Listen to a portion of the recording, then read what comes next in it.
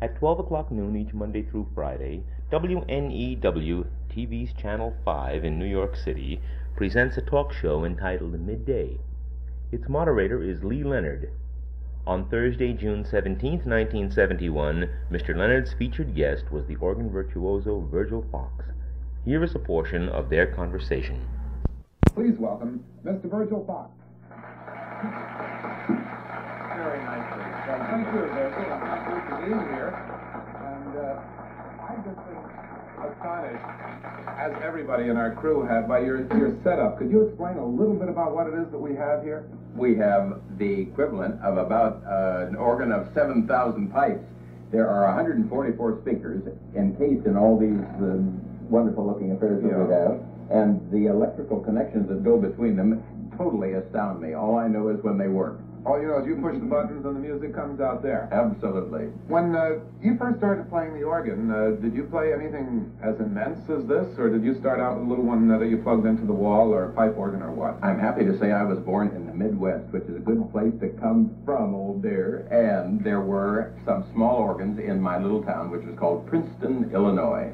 I played all of them, one after another, and it's a good thing you start small, because this is the king of instruments. There's an awful crush in what you can control. When you played, we mentioned the Fillmore East concert, did you have any trepidations in going into a place like that where the Grateful Dead normally perform?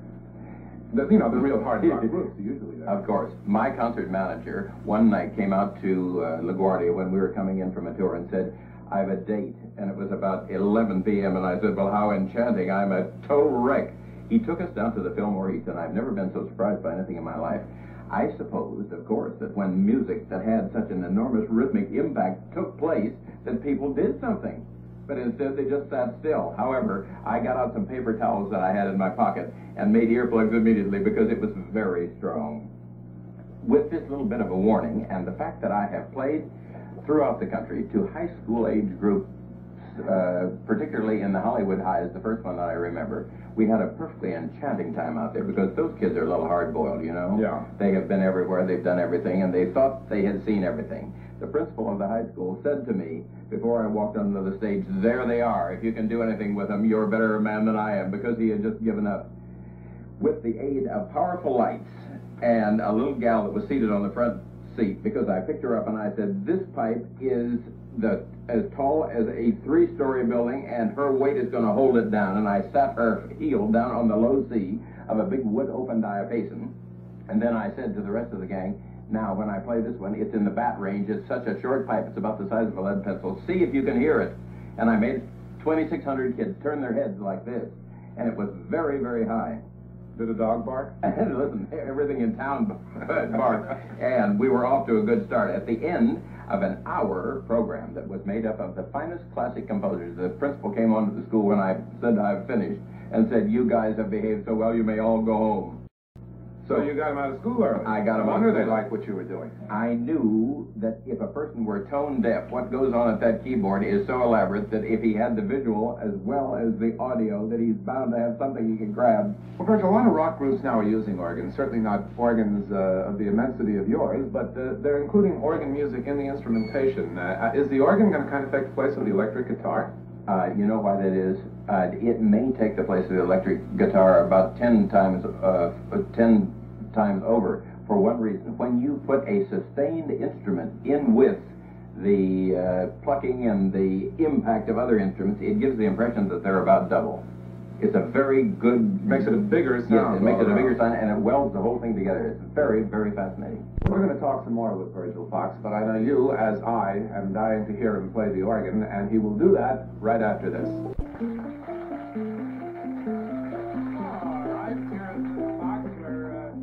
At home is the keyboard of the mighty Not Wurlitzer, but Rogers organ. And you're going to play Fused by Mr. JSD, correct? With the greatest pleasure. We began at the Fillmore East with the key of A minor because I feel that we should pick the tune that all strings tune to. And A minor is it. But before we have it, may I play you the theme? Because I had a magnificent teacher by the name of Middle Schulte. He was a great old boy from Leipzig. He came to the Theodore Thomas Orchestra in Chicago before there was a Chicago Symphony, and he said, but let me play you the theme first because I want you to hear it.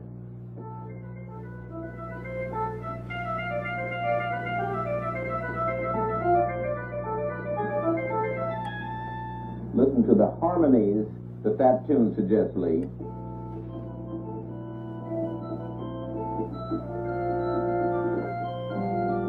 That is very modern, you see, way before the time of Bach. That theme is so long and slim and Chopinesque that Middle-Schulte said if Chopin, with his piano, had studied that theme, he would have had to compose for the organ. Rather than the piano. Rather than the piano. Wouldn't that have been marvelous? Now that I've shown you the theme, may I let you have it? You certainly may, Ollie. Here we go.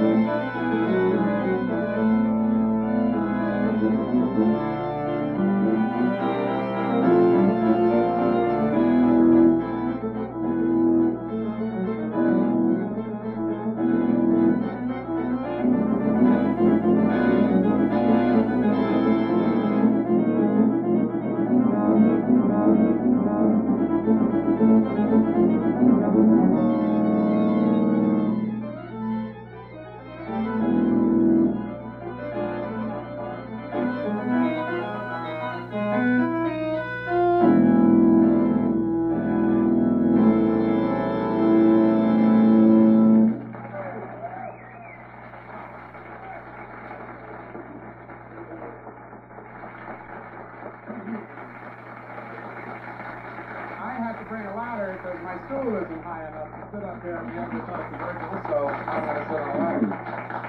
Wow, I was noticing while you were playing, there's a very, very lovely elderly lady sitting in our studio audience who just seemed to be enjoying it even more than the rest of us.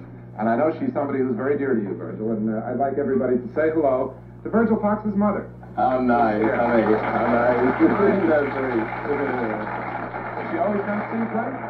I'm delighted when she can. She lives in California. She arrived here yesterday. I'll have to tell you one thing about my little mama. She is 87 years of age, and she drives her car in 12 lanes of traffic in Los Angeles every day of the world. Isn't that marvelous? That's worth a round. It certainly is. Virgil, when you were playing, we had some shots. Virgil plays with his fingers, with his body, with his elbows, and with your feet. I hope so. Now, could you play a whole song with your feet? You can play a whole song with your feet. One of the great Bach toccatas, if you can imagine it, begins with an enormous cadenza that goes...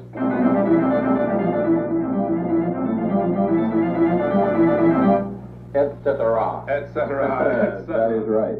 When you are really getting into playing any selection, and when you did, most artists can interpret the line of what they're doing. A painter can paint as he feels, an actor can bring something to a performance, but when you're playing the music of Bach, how much of Virgil Fox can get into it beyond the straight line? Brother, this is dynamite. This one is loaded. I'm so glad you say that, because there is a kind of a limitation worship that takes place at this present moment.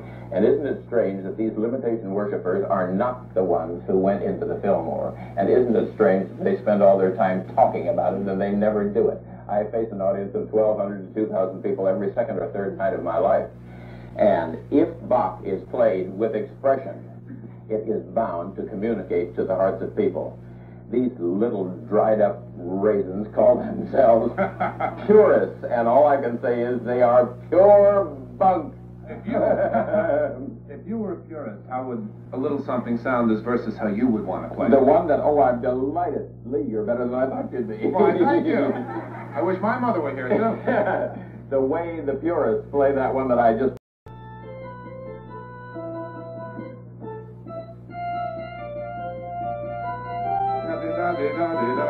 Yes, not that fast. They worry us. That's exactly what you've heard 1,000 times. It is deadly. It is without nuance. It is without expression. It is without color. You know, they're so amazing. They say that you don't need any flesh. All you need is the bones.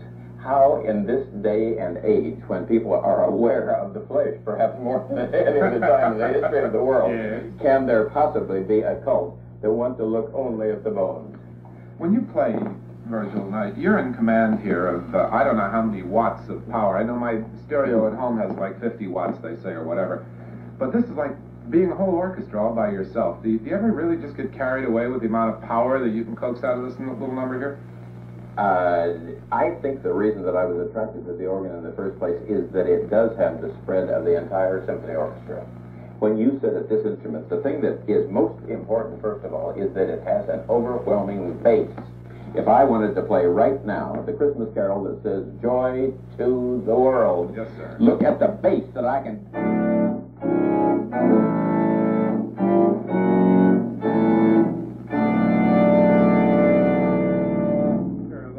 Feet were all over that thing there. That's what you call real bass.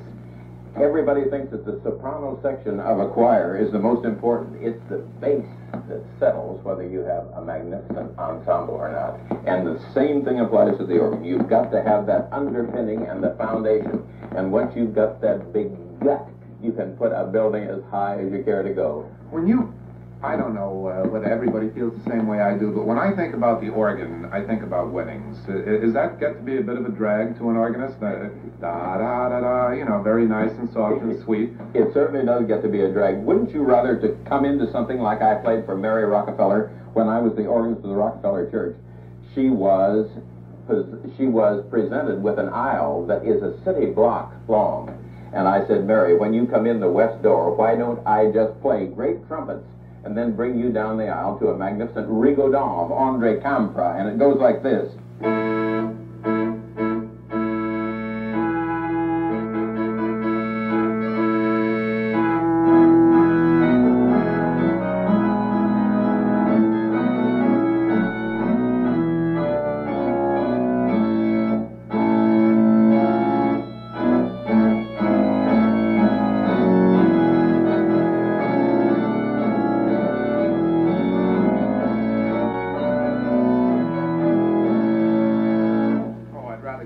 To that any day, wouldn't you, than that usual stuff? And then, when the part of the procession appeared, where it was really totally ethereal and filled with that magic something that no words can describe, I thought, Bach's Jesu joy of man's desiring. And mind you, pretend that you were walking to this, Lee.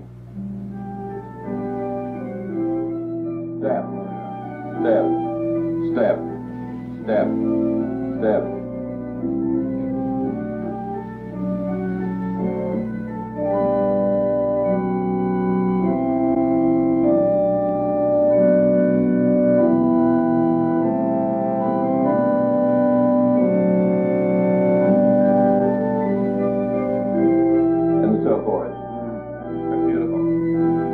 Like Princess Grace, because Princess Grace had that same music, and Nadia Boulanger conducted the orchestra, and a pupil of mine was hidden somewhere in a choir loft and experienced this. She simply made a step to each one of those notes and floated down the aisle. Virgil, could I impose upon you to play again for us, the whole thing all the way through? Anything you want. But Lee, before we leave that, I must tell your very wonderful audience that I have made a recording. You certainly, it just so happens. It just so that happens. we happen to have one here. We don't have the wedding album. We don't here, have the wedding but the album. wedding We have a lot of album them. is a Decca album, and it's called Here Comes the Bride. And before you play, Virgil has an album called Heavy Organ at Fillmore East. This is recorded live at your concert It there. certainly is. And it is a snapper gang. That's That's all I'm going to say. Fine. Something else. If we speak about the wedding album, we should say that anyone who wants different ideas, anyone who wants to make the thing personal and meaningful and use the music of the great classic masters should turn to that wedding album, because it's got suggestions all the way through. You have music before the service, during the service, after the service, and even at the reception, or as they sometimes say, the deception. Oh, come on now. What are you going to play for us? I would love to play you another Bach, Okay. because the old man is endless. And if I play you one, it is one of the encores that we had at the Fillmore East, where there is a magnificent swinging tune in one hand and a hymn of Martin Luther in the other. I'm going to jump out of here so that they can take pictures of you and you're going to play, right? Wonderful. May I? Right. It's called Now Thank We All Our God. Here we go. Virgil Fox Encores, LSC 2268. You got to play for us to wind up our show, Virgil. Let me show you from Bach a tune that has bent the mind of the world and has simply magnificent sound. May I? Air for the G string. In 10 seconds. In 10 seconds. If you enjoyed Midday today, tell a friend. Play, Virgil.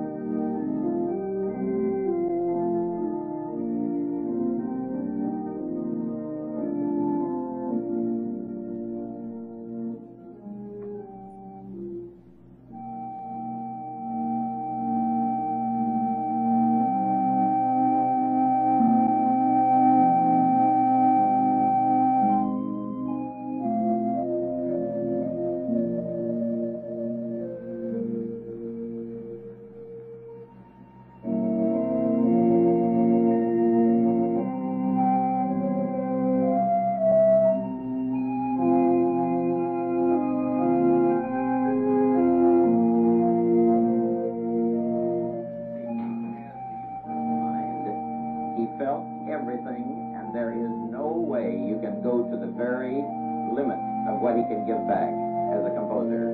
And to conclude, could I play for you perhaps the most known of all the Bach works? I end on a dominant, which is against the rule. This piece has gone through the heart of mankind and is perhaps the great cantor of Leipzig calling to his God. It begins in a way that brought applause from the Fillmore crowd at the end of 3 notes, and here they are.